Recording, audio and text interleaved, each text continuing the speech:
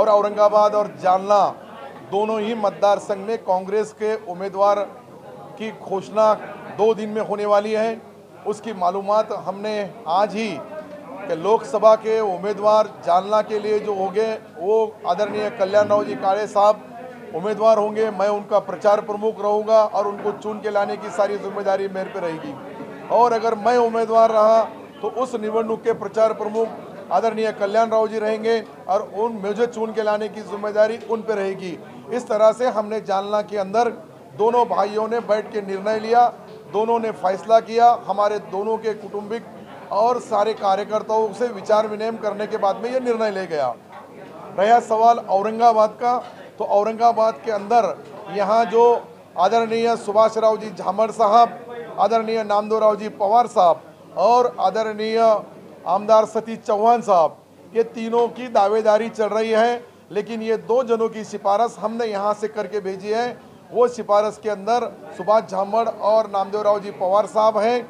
और दूसरा मैं ये खुलासा करना चाहता हूँ, क्या जो हमारे सतीश चौहान एनसीपी के एमएलसी है भी, उनकी जो भी निर्णय लेने का काम है वो कांग्रेस पार्टी के देश के हमारे अध्यक्ष आदरणीय राहुल जी और महाराष्ट्र प्रदेश के अध्यक्ष आदरणीय अशोकराव जी चौहान साहब लेंगे। और उधर से जो फैसला होगा वो शरद चंद्र जी पवार साहब और वहाँ जो राजकारण के अंदर अभी अजीत दादा पवार साहब, ये राष्ट्रवादी के जयंत पाटिल साहब, ये उनका फैसला लेंगे। अगर उन्होंने फैसला जो भी लेंगे वो फैसला हमको मंजूर होगा, यही हमारा अंतिम निर्णय हुआ है। लेकिन यहाँ औरंगाबाद और जालने की दोनों ही जगह कांग्रेस की है, इसका स्पष्टीकरण देने के लिए मैंने यहाँ प्रेस बुलाई। सर, अभी आप ये बता रहे हैं कि औरंगाबाद सीट कांग्रेस को या एनसीपी को, ये अभी फैसला हमारे वरिष्ठ लोग करने वाले, ये फाइनल हुआ है? मैंने क्या बताया, ये जगह कांग्रेस की है, कांग्रेस की क्लियर हो गई है। लेकिन हमारे पार्टी के सुप्रीमो जो राहुल जी है और उनकी पार्टी के शरद चंद्र जी पवार साहब हैं, इनको अंतिम निर्णय कभी भी कौन सा भी फैसला बदलने का पूरा हक है। और वो अगर फैसला बदलते हैं तो हमको वो मान्य रहेगा। मैंने फिर भी बोला, जानने में बदलते हैं वो भी मान्य रहेगा, क्योंकि देश की राजनीति करते समय उनको राज्य की परिस्थिति और राज्य के निर्णय लेते समय सारे घटक पक्ष और मित्र पक्षों को साथ लेकर निर्णय लेना पड़ता है। नहीं, अगर समझिए आपका कांग्रेस का फाइनल हो गया तो आपको इस बात की क्या जमानत है कि एनसीपी वर्कर्स आपके साथ रहेंगे, वो आपका जो है तो भरपूर जो है तो साथ देंगे? हमारे पास आज तक जो दोनों पार्टियों ने 4.5 साल से महाराष्ट्र के अंदर जिस तरह से राजकारण कर रहे हैं, दोनों ने आपस में बैठ के तय किया है कि हम एक दिल से तन मन और धन से एक दूसरे का साथ देंगे। और ये साथ देते समय कौन एनसीपी का उम्मीदवार है, कौन कांग्रेस का उम्मीदवार है, ये भेदभाव नहीं होगा।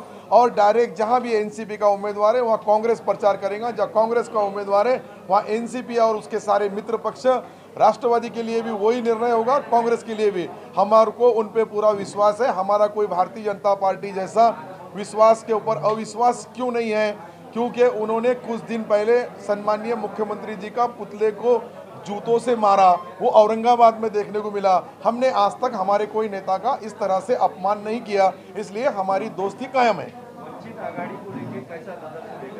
वंचित आघाड़ी को मैंने आपको बताया कि मतदान के पास से भी यहाँ के औरंगाबाद शहर के लोग उनको वंचित रखेंगे, औरंगाबाद जिला के लोग वंचित करेंगे। उसका नमूना 28 तारीख को रिजल्ट सिल्लोड नगर पालिका का आया। वहाँ 20,000 मतदानों में से मुसलमानों में से 20 मत भी नहीं ले सके, तो इसलिए उनकी ताकत का अंदाजा औरंगाबाद जिले में लग गया। क्या लगता आपको, जैसा बी टीम पहले बोला जा रहा था, तो आप प्रकाश अम्बेडकर को लेके ये क्या नुकसान करना चाह रहे हैं? देखो, नुकसान करने का ही टोल लिए उन्होंने, चाहे वो हैदराबाद में लिए या और कहीं लिए। लेकिन जो टोल लिया गया वो बी टीम जो बोले जा रही है कांग्रेस की तरफ से, वो सच्चाई है। उसमें गलत क्या है? उनके पास का वोट ऑफ परसेंटेज देखा गया तो वो चुन के आने के लिए नहीं, हमको हराने के लिए उनको सुपारी दी गई है और वो सुपारी के उम्मीदवार रहेंगे।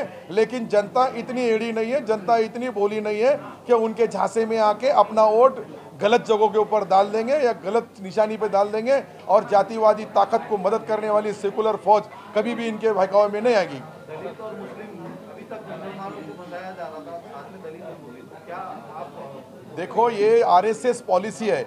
आरएसएस पॉलिसी कभी दिखती नहीं, आरएसएस पॉलिसी कभी बताते नहीं, लेकिन अंदर से हमारी आने वाली नस्लें कैसी खत्म होगी उसकी पॉलिसी जब हिंदुस्तान के राजकारण में चल रही है, तो हमारे औरंगाबाद और जालना और महाराष्ट्र का मुसलमान, ये यहाँ का दलित भाई जो घटना बदलने वाले लोगों को वोट नहीं देगा।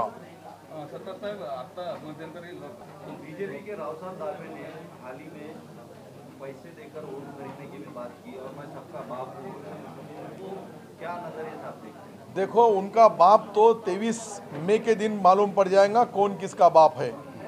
ये मैं आपको 23 तारीख के दिन की याद दिलाऊंगा और उस दिन आपने आना, मुझसे पूछना। ये जो है बेलगाम और बेजवाबदार पने से जो बातें करते हैं, उनका खुद का बाप और उन्होंने उनका ही तुलना करना, दूसरे की बाप की तुलना नहीं करना चाहिए।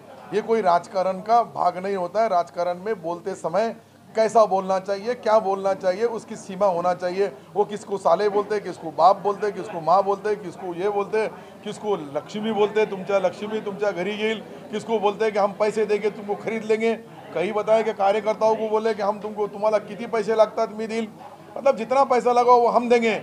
लेकिन हमारे पास काला पैसा बहुत है, हमारे पास नोट बदली का पैसा बहुत है, हमारे पास 5 साल की सत्ता में जो 70 साल में कांग्रेस ने नहीं कमाई, वो पैसा भारतीय जनता पार्टी ने कमाया। उनको सिर्फ खर्च करना है। हमको लोगों के वोट वहाँ उनको आदाब सलाम राम राम जय भीम करके लेना है। हमको उनके जैसी कोई लालूच बता के गुमराह करके वोट नहीं लेना है।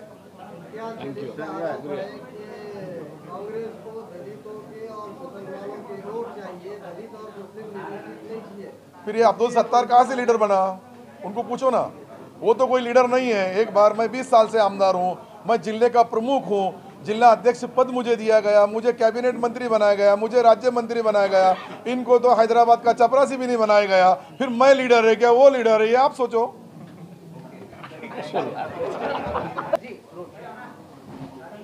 औरंगाबाद और जालना के बारे में खुलासा करते समय जालने के ऊपर बहुत पत्रकार जी का, बहुत चैनल वाले के, जो भी हमारे वार्ताहर, जो भी हमारे संवाददाता यहाँ बैठे हैं, सबको उत्सुकता है कि जालना में क्या होगा। तो जालना में इस वक्त जो होने वाली रणनीति है, जिसने अब तक लोगों को चकवा दिया, उसको पहली बार चकवा बैठने वाला है, ये निश्चित है। और वो चकवा देने के लिए मेरे राइट साइड में जो बैठे मेरे दोस्त, और अभी जो अदृश्य परिस्थिति में जो दिखाई नहीं दे रहा है, वो बाण भी हमारे पास तैयार है। वो बोला ना मैंने, अदृश्य जो बाण है वो वही है। वो जब दृश्यता रहेगी, जब एबी फॉर्म चिपक जाएगा। और बच्चू कडू साहब भी एक अच्छा नेता है, एक अच्छा लड़ाकू है, जो किसानों के लिए, अपंगों के लिए, गरीबों के लिए लड़ता है। अगर हमारी आघाड़ी में वो आके अगर उसको टिकट फाइनल करते हैं, तो उसको भी चुन के लाने की जिम्मेदारी हम सब लोगों की रहेगी।